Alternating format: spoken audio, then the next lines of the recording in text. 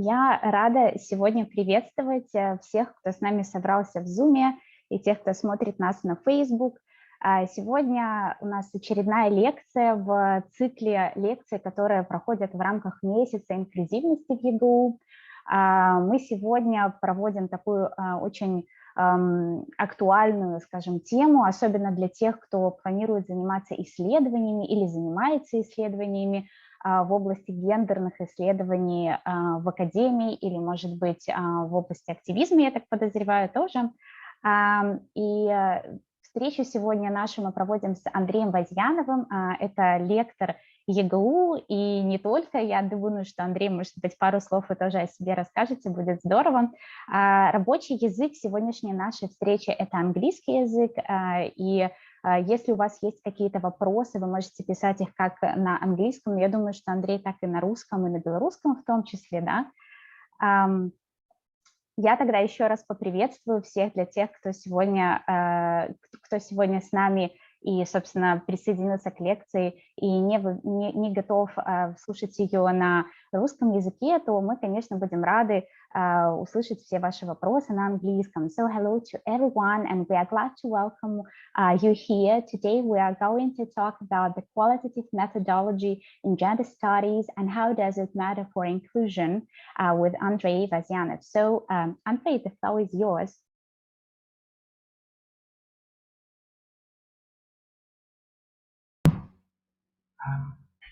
Hello everyone, glad to see you all. This is a chamber performance because we are not such a large company today.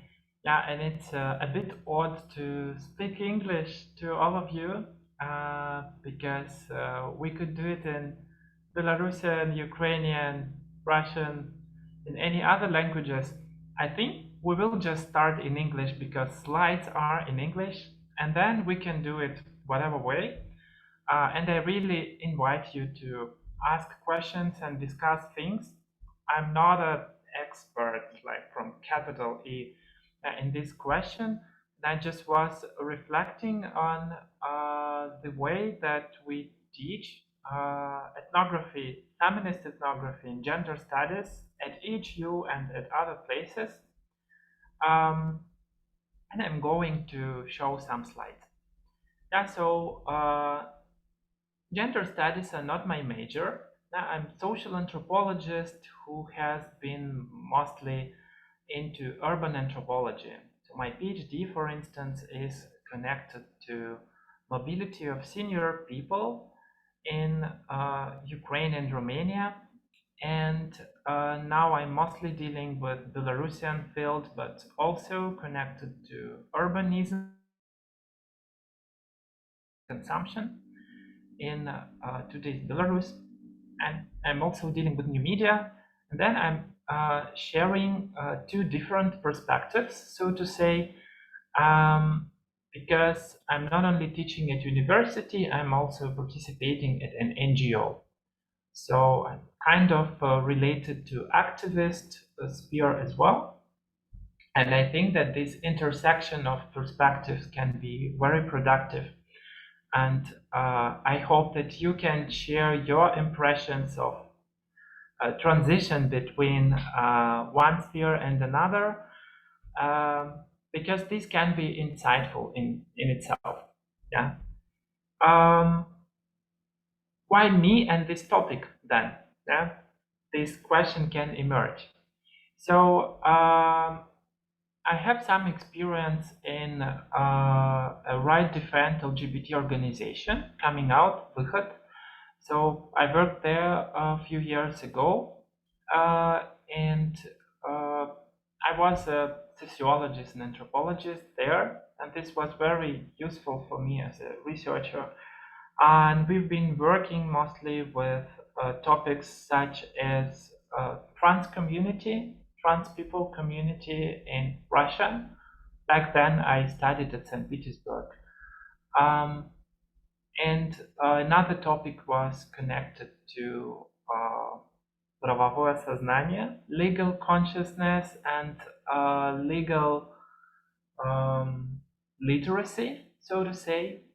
So that's why I think I can relate a bit to that knowledge. And now, as the European Humanities University is reactivating its master program in gender studies, we are going to teach methods there as well, and there'll be course about qualitative methods. And I'll be happy to somehow update my previous experiences on field work, yeah, and rework them for gender studies context. So now I will try to share my screen.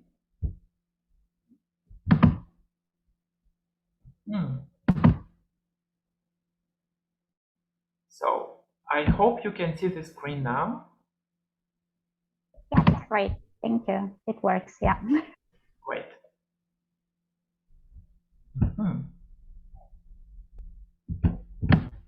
So,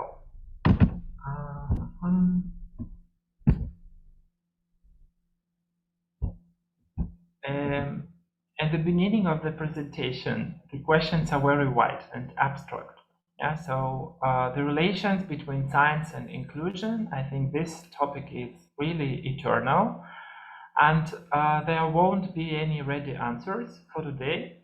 But we can just look at this matryoshka, so to say, because there is the most wide question about whom must science include.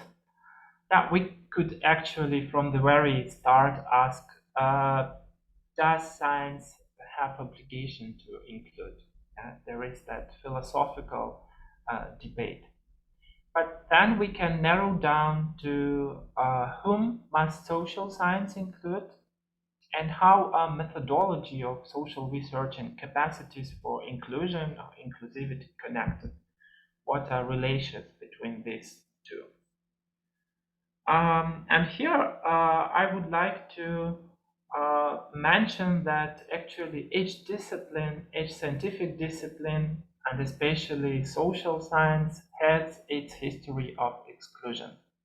Yeah, so we may think here about history and about history that has historically excluded ordinary people, so to say. And it was focused on history of personality for a long time. And only now we are into history of everyday, into oral history, into microhistory, and so on. So the approaches in historical science that turn attention or highlight lives of people who have been excluded from historical investigation before. Same goes for anthropology and its colonial legacy. And actually, at the photo, you can see Bronislaw Malinowski sitting in the company of indigenous inhabitants of Solomon Islands. But by now, there is a long debate on basically on colonial guilt of anthropology and about the things that it should do in order to not to repeat those mistakes and in order to move beyond that colonial thinking today. And of course, if we look at sociology, there is also the history of exclusion, and I'm referring to examples that are quite different in their nature. But I think that this one, the one you see, that gender or sex question in any survey form, is just a classical example of how particular categories of people can be excluded by the very template of data collection. And so here we have that that window where you have to put a value which is quite binary here, that is not binary in our social life. Okay. Sorry. Yeah, then the question emerges, if we talk about science and inclusion, then inclusion with which tools should we talk about? And on which stage of research or scientific procedure should inclusion take place? And answers to this can be very different. So starting from question posing, so there are approaches now that say that actually we should include beneficiaries of our research from the very start, or the community that will be researched should take part in deciding what the research will be about. Then we think about range of data, and there are researchers who advocate for a more flexible approach to the sources that we deal with, and a more inclusive approach. And then, of course, we may think about different kinds of report approval, so member checking. That means that in some cases, researcher would just give his or her manuscript report, analytic report, to read to the community. And actually in feminist ethnography now it is more and more common to give the veto right to your report to your informants, or to the researched community, which is not always comfortable, but actually it means that contribution of the researched community into the report is acknowledged. And also in some particular cases, when we know that when there is a conflict between descriptor and described reality, then there are some rules that help to handle it. And here is my favorite table. Actually, I like this table because it shows the variety of forms in which social science today and social research proceeds. Here we can see different relations or different patterns in which social science interacts with wider audience society. And this is not an exhaustive list, but still these are main formats of the research behind or beyond the, not behind, but beyond the classical academic research. Here we can talk about public sociology or public anthropology. And here, if you heard about Michael Gravoy, so he is eponymous representative of this approach. Yeah, and actually what I did for today is adding the the last column from the right, the K capacity for inclusion, because I think that each of these formats has its distinctive capacity to include social groups or particular persons.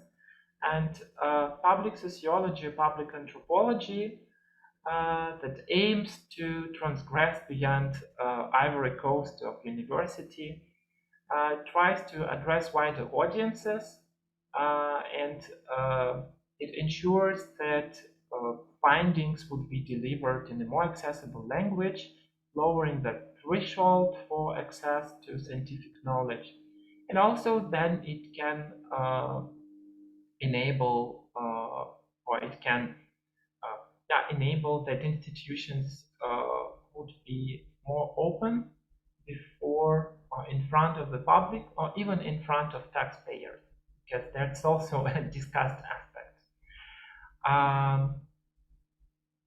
Large science needs money, so how much money do we give? Or does society give to scientists?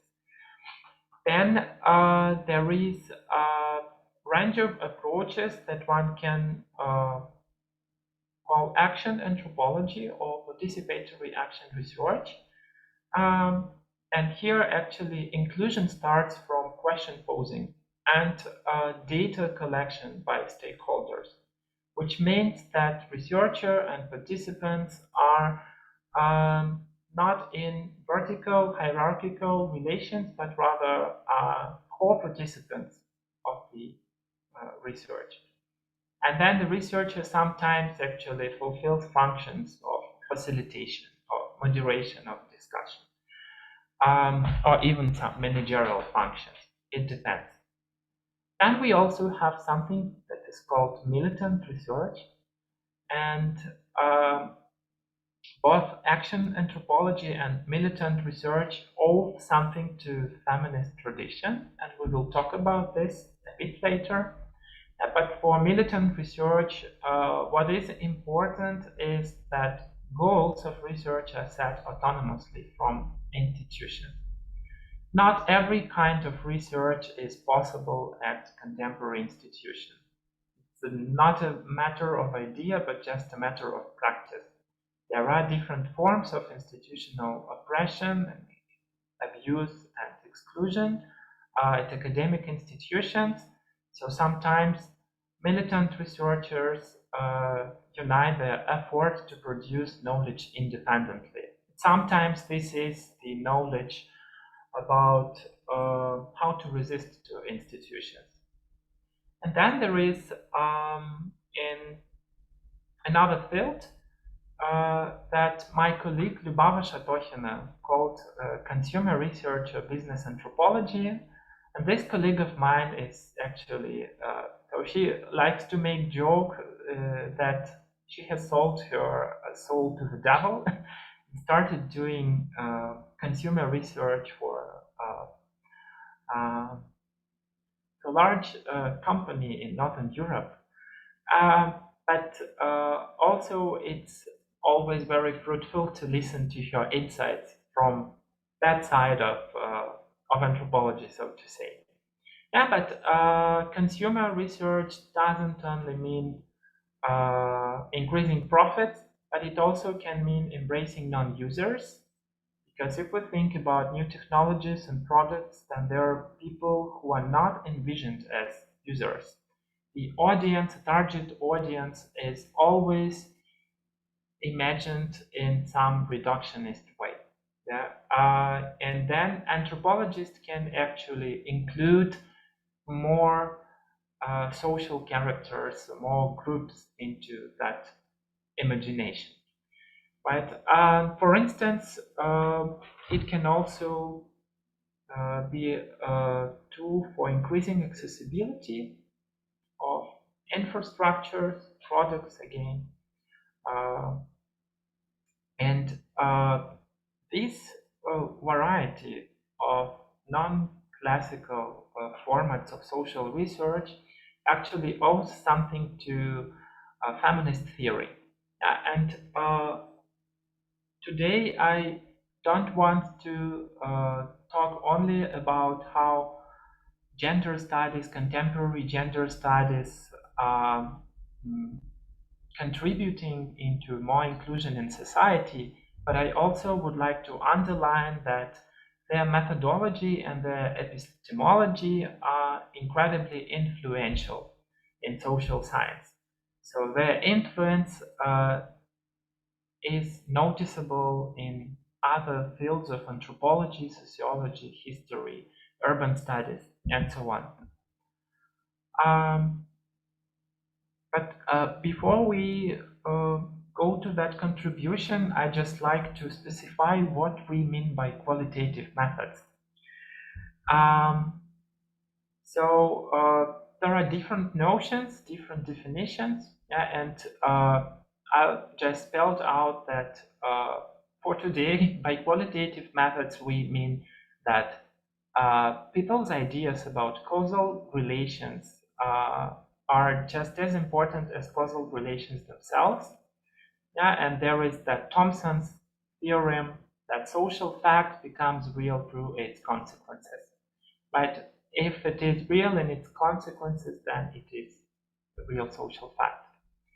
Then we also stick to priority of understanding over explanation.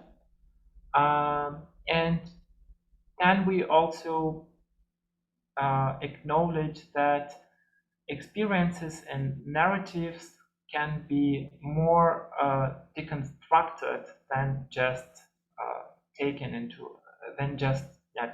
attention. And deconstruction is actually something that happens when we work with qualitative data. Although deconstruction doesn't mean that the deconstructed phenomena ceases to work and to affect social life. Right, the most common qualitative methods in data collection are interviewing, in-depth interviewing, especially biographical interviews, observation, including ethnography and auto-ethnographic techniques. And here, feminist researchers were one of the first to propose that auto-ethnography and introspective research can also be fruitful and is a legitimate way to get new knowledge. Then, to a lesser extent, surveys are also used in qualitative data collection. Here, I could just specify that surveys can also contain open questions where people are expected to write and to express themselves in free form. Focus groups sometimes as well. They have the pluses and minuses, but are used to get qualitative data. And then when we come to qualitative methods in data analysis, then we have discourse analysis, narrative analysis, conversation analysis, and different coding techniques. So these are things that we discussed at our courses on methodology of media studies and qualitative methods and gender studies, something that is most commonly used. But of course, none of these lists are exhaustive. Feminist epistemology has made several contributions into how we nowadays imagine methodology of qualitative research. And here, of course, I cannot mention, due to time limitations, all important contributions, but I'll just mention very few of them. One thing that came historically first was the concept of feminist standpoint. And the concept implies, the feminist standpoint implies that women are historically better equipped for researching particular topics, particular areas of problems. What means historically better equipped? This means that they are included into, or that their social experience is quite different from men's experience, and that they are better familiar with particular contexts, and that they can be more successful in trying to analyze and interpret these aspects. Here I could also mention a principle, nothing about us without us. This one is originating from debates on human rights as well, but it was also transferred to native anthropology, where members of native communities, indigenous communities, start to be independent researchers as well. So the standpoint means that we also have to be critical of our previous background and of our limitations and our look around. Okay? So there is always something that cannot be seen from our standpoint. And it's important to realize or to describe which field of vision we have and what we do not see. Then another concept here is positionality, which relates to our interaction with our field. And that means that we never come to our community, to our interlocutors out of the blue, and we are never like a hologram for them. They also perceive us as people. For them, we cannot only be anthropologists, but we also display some other identities and social characteristics that we have. And that means that from our position, we will also probably intervene our field and somehow affect the data that we'll get. The way we look and talk, the way we present ourselves, or even the knowledge about our previous background can affect, for instance, the way that people will answer our questions. And this problem of positionality is especially relevant when we talk about research in some hierarchically organized environment. For instance, if to talk about frequent and banal examples, maybe even trivial examples, there is a discussion whether head of department can engage people who are subordinated to him or her to participate in his research. Can a teacher ask without coercion that his students or her students fill a survey or agree for an interview? So yeah, just these examples of questions connected to positionality. One concept that is very frequently mentioned today is intersectionality. Intersectional approach makes an emphasis on combination of social characteristics and identities that each of us have.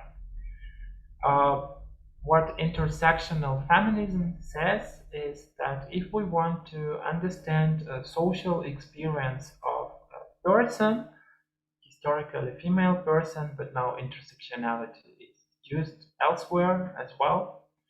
So if we want to understand that experience of a person, we have to take into account simultaneously most significant layers or aspects of his or her social position, not only gender, but also age, skin color,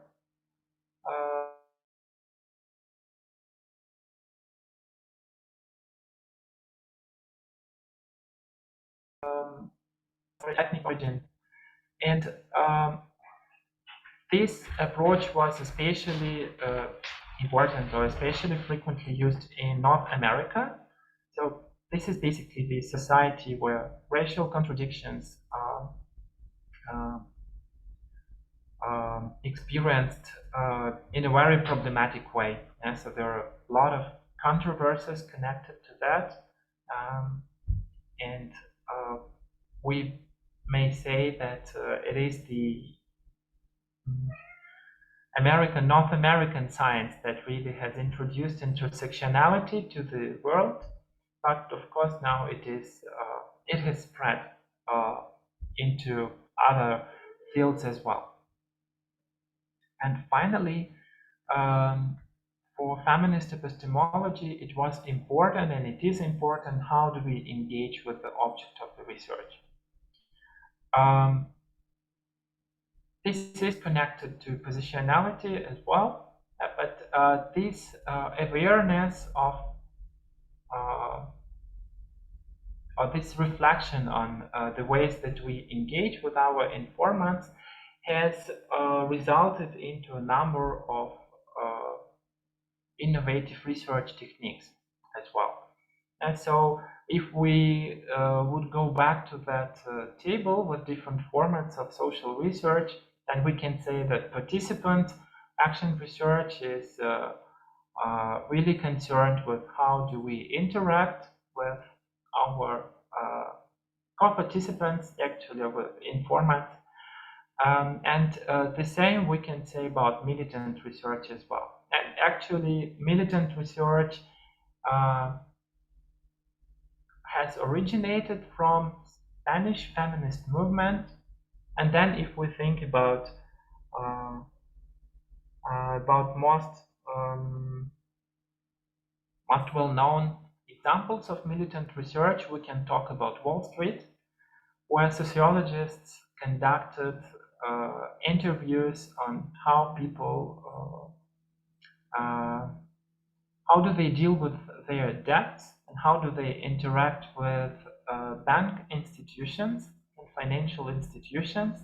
And actually, what they produced at the end of the research was a guide on how not to pay your debts actually to financial monsters at the market. And so the inspiration from that militant research is affecting other fields as well. Okay, if we talk about what is inclusion, I actually did not even had an ambition to define inclusion somehow for today's presentation. And so what do we think about?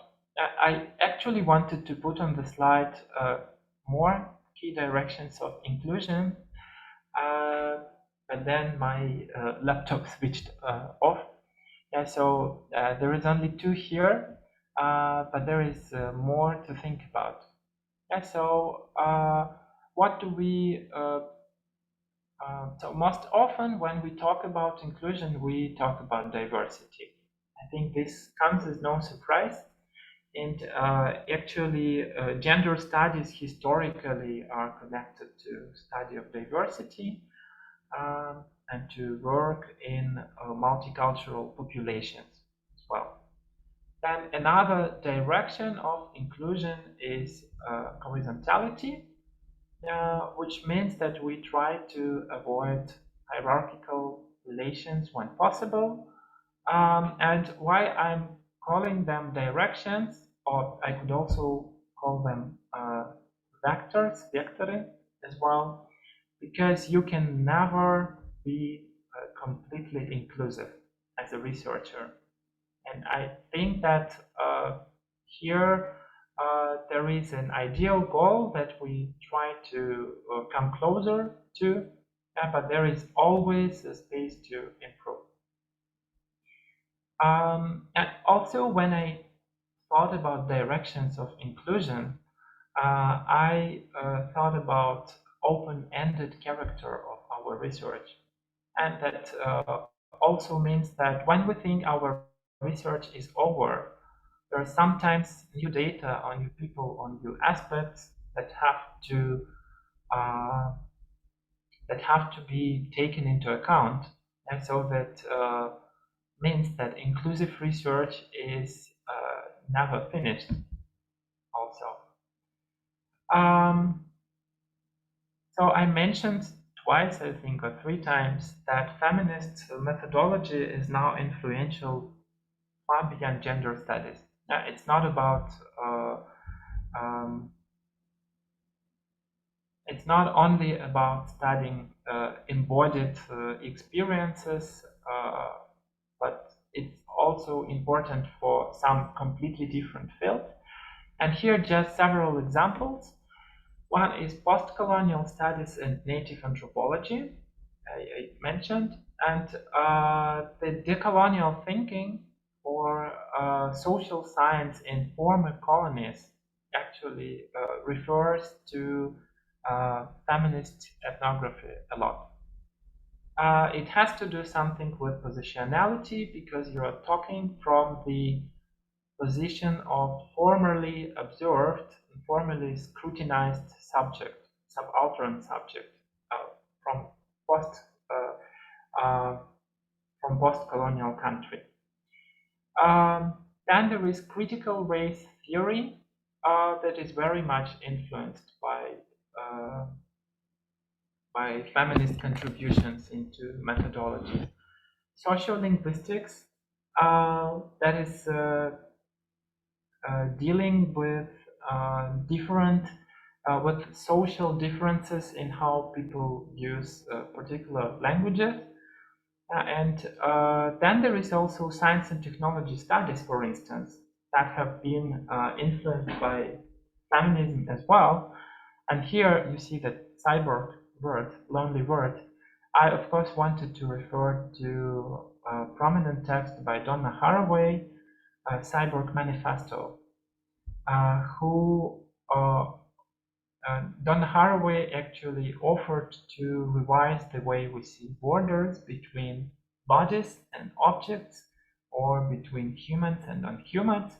What she proposed provocatively, that actually thinking about objects in space as divided is not very productive, and it's much more insightful to look at intertwining and to mixtures and assemblages of different bodies and their parts.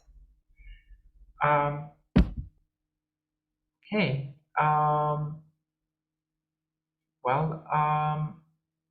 Talking about standpoint, one more thing that I wanted to mention, just because I'm speaking from Belarusian context in year 2021.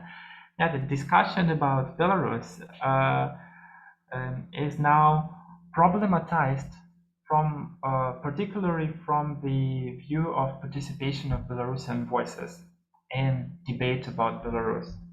And we talk quite often about how we should perceive the fact that most cited publications on Belarus in 2020s are written by Western scholars who probably had very minimal contact with the field previously, or probably have never been to Belarus at all. And then we can also observe that some data that do not satisfy to strict academic criteria of validity are just excluded from the debate and not referred to. And of course, if we think about the data that are produced locally in Belarus by NGOs, by grassroots activists, or just by non-affiliated researchers, then they all remain behind the discussion. And this actually affects badly the quality of knowledge or the degree of international understanding social processes in Belarus. And I'm sure that many of you, probably coming from different fields, you can also relate to that situation, especially if we're talking about Eastern European environment. Then thinking about positionality and unequal access to knowledge production can be very relevant and even necessary. Well, I think I'm talking already for too long, and I actually wanted just to conclude with the slide about studying gender or gender studies and education. Yeah, because I'm teaching at university, and the context of our talk is related to university environment, to campus environment. And we know also from post-Soviet experience that universities in ex-USSR states are not always places for inclusion, but rather they sometimes are places for profiling, exclusion, oppression, and discrimination. And here we can think about different examples. Some are not connected to study process per se, but they're just physically related to university infrastructure. If we think about harassment or bullying or abuse at university campus, or between people who are part of the same academic institution. So that is one range of problems, so to say. But then there is also the problem of inclusion immediately at the seminar. Yeah, so the way that lecture or seminar is organized, the way that the right to speak is distributed, the way that it's scheduled, and the way that program is created, should be problematized as well. And here it's just a cover from a book by Miriam David, Feminist Manifesto for Education. She starts actually from the premise that the gender equality in education, also in school education, is a myth. Although it's not rare to hear that, but that by nowadays in education, equality is already there, already achieved. She shows different aspects in which it is not true. And yeah, here I just wanted to probably proceed to discussion with you. I think that any of us can share our experiences of exclusion and inclusion related to education and to studies.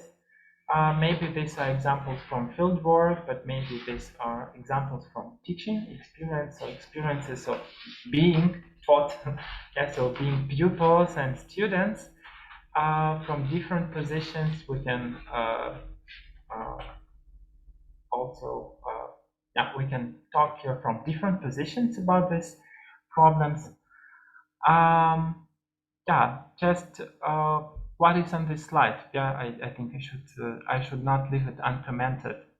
That when me and colleagues were designing actually the syllabus of course and reflected on the way that we teach, what we thought about was exchange of expertise, because at many universities, actually students, especially in master program, also have something to tell to teachers or to lecturers, and it works both ways. So exchange of expertise is something very vital for inclusive teaching. Then it is openness of the program, and sometimes it is difficult to realize because we are always quite limited in the amount of hours that we have. And then co-planning in small group or voting to choose what we will dedicate our seminar to can be quite a challenge, but it can also be very fruitful. Yes, and then the last thing here, well, it's the upper one, awareness of intergroup hierarchies. This idea came to me from the text about interviewing, feminist interviewing, where the author, and I can also share links after the seminar.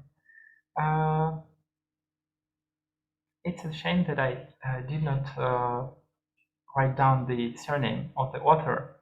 But she was telling about the experience of conducting a research where her appearance was actually important for the way that informants talked to her.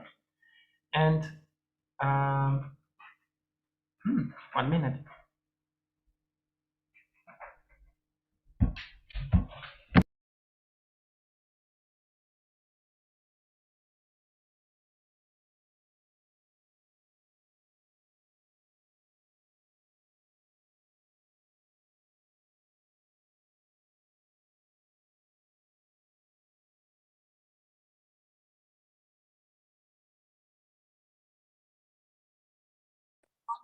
I'm sorry, I had no connection to my earphones. Maybe there was any questions, so maybe I can participate in discussion, but I just didn't hear. I think there was some technical difficulty, some technical problem. So I just concluded with the point about awareness of intergroup hierarchies, which I think is very interesting because we are never teaching in completely homogeneous groups. So the text that I referred to was about all female groups, then the researcher turned attention to the hierarchies that can also emerge between different women, for instance. If we think about other seemingly homogeneous groups, there are also hierarchies usually, and for inclusion, this is something problematic. So now I invite you actually to discuss the slides. I haven't prepared any smart conclusion to this seminar or lecture. I hope we'll come to some conclusion together. So I'm not sharing anymore.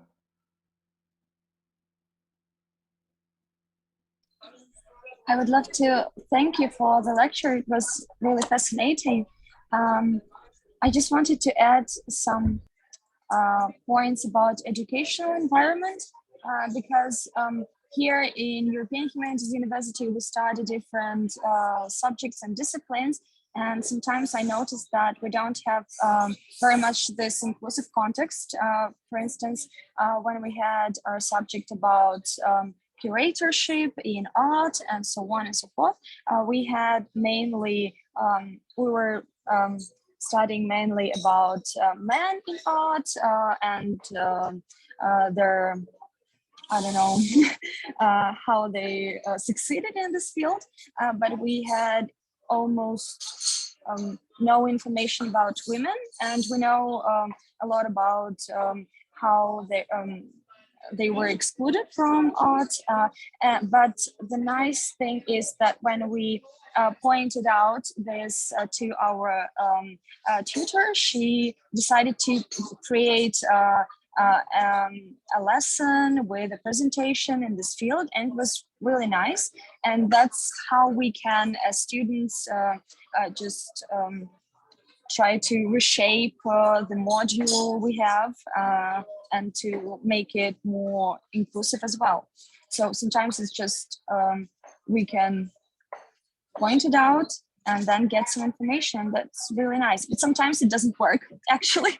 Sometimes we try to discuss some cultural moments when women were excluded and their experience, not only women, but also people of color and so on. But we are not, we don't get this support sometimes, and that's sad.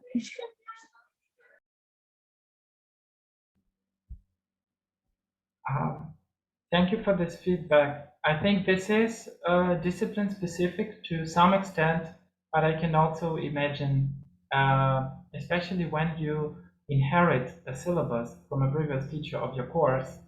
So I had also that experience when you just inherit a syllabus where all authors are men, and then you have to rework it. And actually, if we think about some classical texts, especially that were written before the 1960s, yeah, then all sociology was made by men. Basically, there were no female voices there. And then if we look at voices of non-white people, for instance, then they arrived to sociology and social science even later. And so in a way, this creates also that unfair, несправедливая конкуренция. Yeah? So the terms are not equal for different groups of authors, yeah, as well. Now, I can relate, and I actually don't know of any best practices in this relation, but I just know about the actual practice of reviewing your syllabus in terms of whose texts you quote. That politics of citation, or politics of quotation, they can also be relevant when you design a course.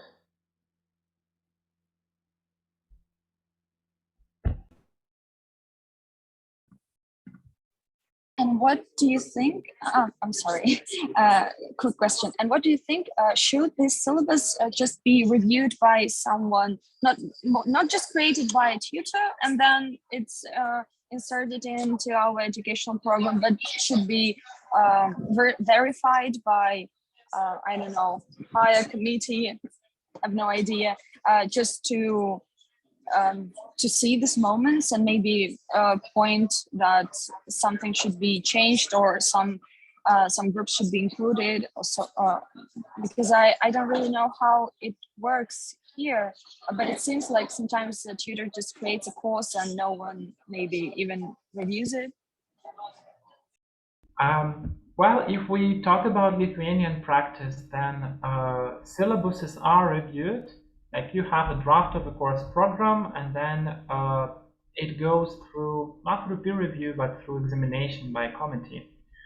And from my experience, for instance, what is stressed or what is emphasized is that your sources that you use are relatively contemporary, up to date.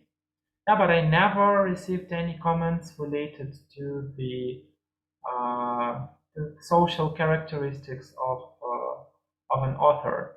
More than that, actually, we know from not best practices that sometimes lecturers are teaching courses and referring to the texts, not even knowing that the author is not male. This happens, yeah, here and there sometimes. So in practice, this is up to lecturer and kind of individual responsibility, awareness, self-reflexivity, and so on. Who are your authors and whose texts you teach? Although there is a process of supervision. And I think that the process of supervision is evolving as well. So with the time, somehow it becomes more complicated and more attentive and more critical as well. So probably this will be ensured at the stage of the course review as well. I'm curious myself here. Thanks. Thank you. Hello, everyone. Hello, Dasha. Thank you for the lecture. And I have a question, and I don't know really much about the university because I've been studying here only for 2 months, a little bit more probably, but I've noticed something that actually kind of hurt me. And first of all, this is very interesting that for 2 weeks straight or a little bit longer that these lections are presented to us. I've seen only few men there. So everyone here is, I would say, women. I'm sorry if I'm wrong. And this is actually kind of interesting because everyone who's attending to these lectures are already interested in this kind of topic, and maybe we have to add to the our everyday classes or something like this, extra courses about the inclusion everyone. So I don't know, probably this could be fine and interesting because I still see in some students chat very offensive things like neglecting, sexual harassment problems, and hate speech, and absolutely ridiculous things that I don't even want to mention. So, for example, today, I would say one fun thing is today on my English class, we were talking about our promises to ourselves for the next year. And I wrote, I want to destroy patriarchy for fun. And immediately in our student chat, some people wrote me that, are you serious? There is no patriarchy. Can you see that women rule the world? And they actually made statements that hurt me so bad. And I was surprised. So I want to say that my point is that some people even cannot understand how big this problem is. And I want to ask is there any policy in our university which can regulate these kind of things, and how can we educate our students that they have to use, proper style of talking in, I don't know, in public space? So yes, I hope I delivered you my thoughts. I can relate. Yes, thanks. Because I cannot imagine, healthy environment around us when people can say that talking about sexual harassment is that for krasne sloviečka. So, yes, thanks. I think many at THU can relate to what you mentioned into these problems. Reacting somehow, I would say two things. One is that infrastructure for a more inclusive education at THU is in the making. And one thing that we have at university has is a gender action plan. So this is something that university has never had before, but this year we got it, and actually this month of inclusion, a month for inclusivity, is part of that action plan. Of course, it would be naive to expect that it changes things at once, in one moment, but in a longer term perspective, we have some expectations. And there is much more to be done, and we know that this is actually different kinds of exclusion as well at THU are not only connected to gender, they also connected sometimes to language, for instance, or to some other characteristics.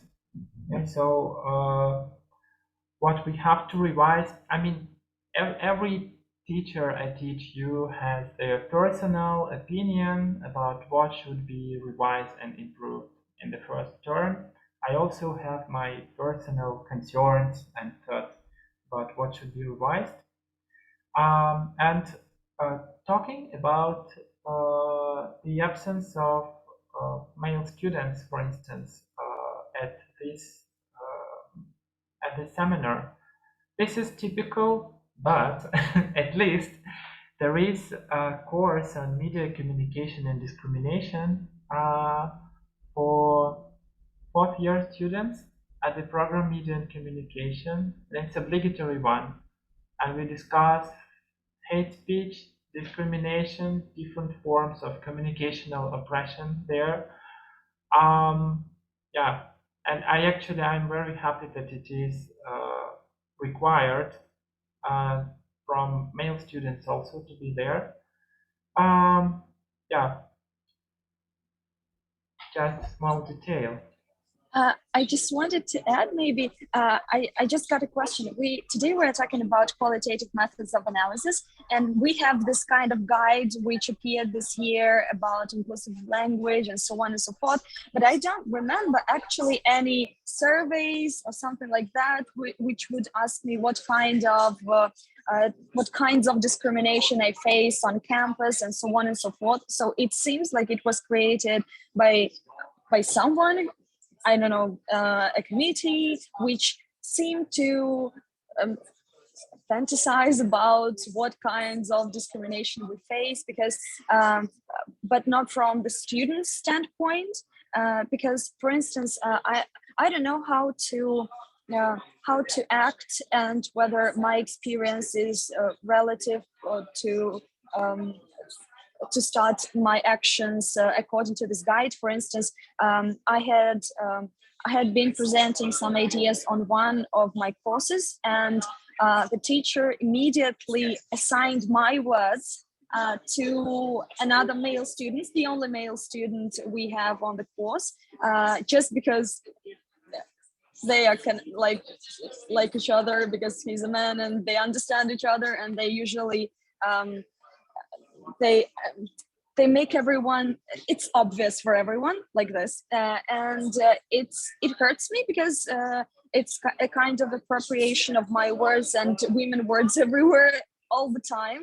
And me, just like a woman on this course, I have my opinion, but if it's nice, if it fits, it's just assigned to a male student, and if it doesn't fit, it usually it's always my feminist position or something like that. My tries to come back to some cultural background, they always they are not welcomed at the course. So and I don't know how to use this guide. How should I use it, and whether it's appropriate, and how to describe my experience being on this course. Many questions. Because maybe it's not just like very obvious. I wasn't called a stupid woman. I don't know. It wasn't like that, but still, it's obvious for me that it's not. It shouldn't work like that, and the guide doesn't fit this kind of biases. Oh, sometimes listening about students' experience at other courses of your university reveals a hell of a campus. I think that, well, coming back to the action plan, I did not participate in its preparation, and probably Almira knows more about this. And she's nodding. You're nodding, Almira. Yeah, but I think that this is still a thing in the making, in the sense that you can propose things, and the idea of survey, for instance, to me, it seems a very good one. Yeah, so this is something that can be developed as initiative and then implemented and realized. Yeah, maybe Almira, I'll give the word to you. Yeah. First of all, Andrei, thank you so much for your absolutely great presentation, and there are so many issues to discuss. But now I want to intervene following Dasha's remarks about why male students are not participating in our gender-related things, and also about the question of how to promote gender issues in the university and to make the environment gender sensitive. I will start with first issue. Let us not forget that in the university, I don't remember the exact figures, but there are some programs, BA programs, probably MA programs, where mostly female students, and there are after all, there are not so many male students as in general. But what we can do about attracting, developing the gender sensitivity among those male students who are in the university, I think in all possible ways.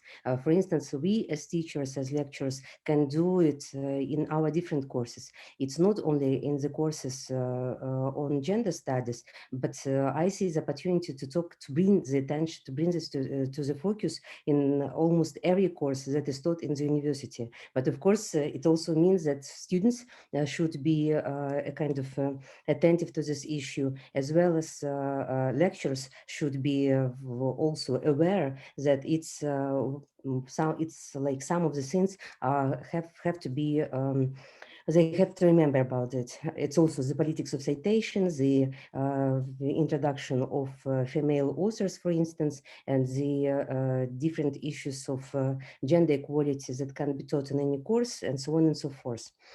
Second moment which I want to to talk about, I had an experience of teaching the class on gender studies for undergraduates. Andrei mentioned already this, that at our program in media and communication, it's a mandatory course, and it had been planned as mandatory since 2005. So we keep doing it, but I think that we are probably the only program in the university which actually has this as a course in our curriculum. And when I was teaching this course on gender studies a couple of years ago, it was very interesting to watch the progress in the group. There was, of course, a class dynamics because people were very much interested in discussing these issues. But the moment of truth came when I've got the final essays.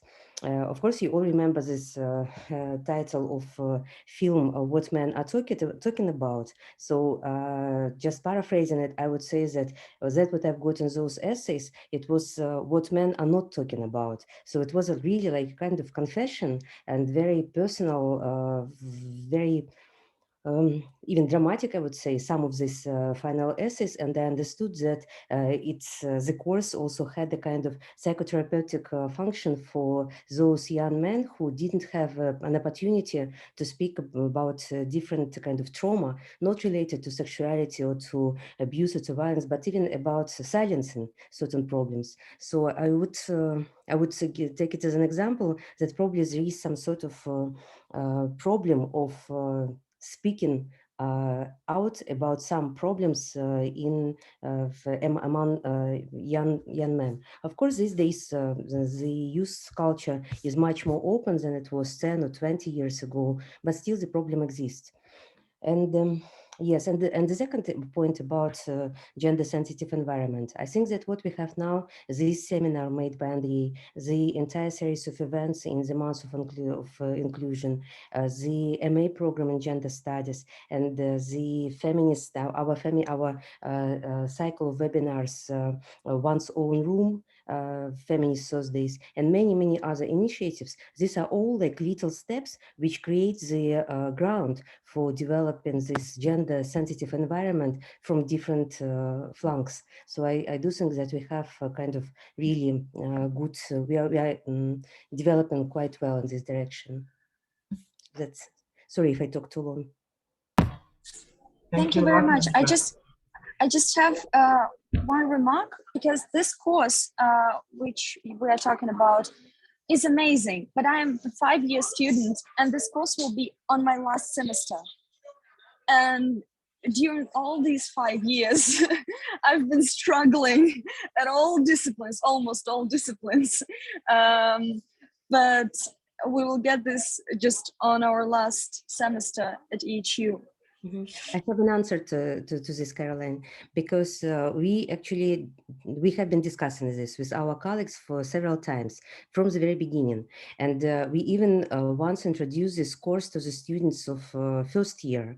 And believe me, this didn't work, just because for many students who just came from the schools, it was a kind of, I don't know, like too provocative or maybe too difficult, because also there were some authors clearly who are quite difficult to read and to understand, even like Michel Foucault, for instance. And we've got several complaints from students. In particular, I remember that there was one complaint from for Orthodox Christian student. I mean, she couldn't actually accept, even from ethical point of view, the feminist and gender text in our course. So we had to deal with this complaint and to find a kind of a solution to it. And then we decided that probably it's better to give it, to deliver it at the later stages, just because students will get more experience, also experience living not in families, but on their own, and of communicating in a different environment. And also they will have a proper background for reading, interpreting, and understanding those texts. So that was the rationale behind this. And like, we didn't want to have the complaints again about why should I read Michel Foucault. You know, just this Saturday, I had a class where I just mentioned that I'm a feminist, and the male teacher and the male student made a cooperation and told, "We are the only normal people here, are we?" That's what I hear on my 5 year, after 5 years studying at EHU. I hope that Yes, will change. I've also been called Tupaya Femka a few days ago. This is the moment when I think about privileges of not being a student at EHU. I can only imagine words that I would be called, but at least not into my face. That happens. Here, I mean, here I'm not the only person who is teaching here, and I think you are also aware of the fact that lecturers at EHU come from very different backgrounds, have very different persuasions, and there are holy wars around different issues between us sometimes, not only connected to gender, not only connected to inclusion even, but I think that framework documents like this action plan in midterm perspective, they just start working. And I would say my personal opinion here is that we should familiarize students with this document, maybe not on the first year, but not on the fifth year, let's say second one, yeah? Or somehow introduce students to the social contract of university, because this is very different from environment that most of our first year students come from. And I think even Carolina, you are now on your last year at THU, but probably you can remember that your group 5 years ago was a bit different. Yeah, maybe they had changed as well. Yeah, throughout these years. Not all of them, but some. But it's better for you to know. Yeah, I see different examples. And yeah, as we're now in the first year of dealing with this action plan, I think there is room for discussion what to do with it and how to make it more effective. Okay, now the university has it, but how do we make it work? Something where students also have a say.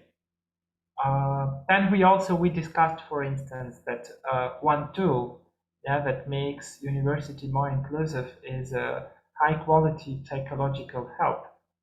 Yeah, and then it was also this debatable issue whether at EHU we're completely satisfied with what we have, whether students want to have an alternative or probably some change. Yeah. And here, actually, I'm glad that there is a seminar like this, because we at least can spell out the issues, yeah, and then we have charts, yeah, and we have also different ways to communicate.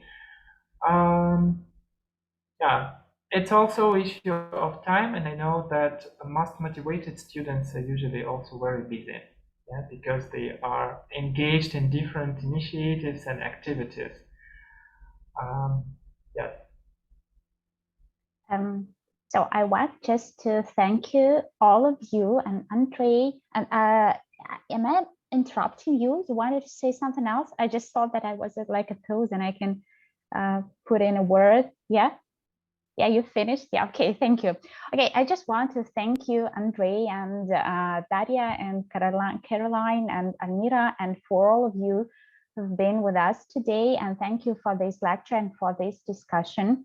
I just want to add that I'm really also very glad that we have this time today and this room for discussion and sharing our opinion and our thoughts, and I'm really sorry to hear the things that Caroline and Dasha said, but I just want to say that I'm really also very related to these words, and but I want to be like, you know, a bit optimistic and say that that's a great first steps, that maybe not first, but still steps that we are making to find the solutions to these issues and to make them more visible, to make them to make them heard at least. And I just want to say that maybe we are not more the minor, maybe we are the major part of the community at least. And yeah, I just hope, I really have this strong belief that it would become better, and this series of seminars would, like, you know, become a great tradition, and we will see more attendance for these seminars, not only female but also male and whatever whatever gender we can find. Yes, so I just really want to thank you for this time, and if you have something to say or ask, maybe we can still have a minute or so. If not, feel free to write to me, or I don't know, Andrei, I guess, or Almira, and just ask any questions you have. And yeah, so I think I just want to remind that on Friday we also had a very important lecture in this series of seminars, and just stay tuned with our Facebook and our site, and we'll be glad to see you all there.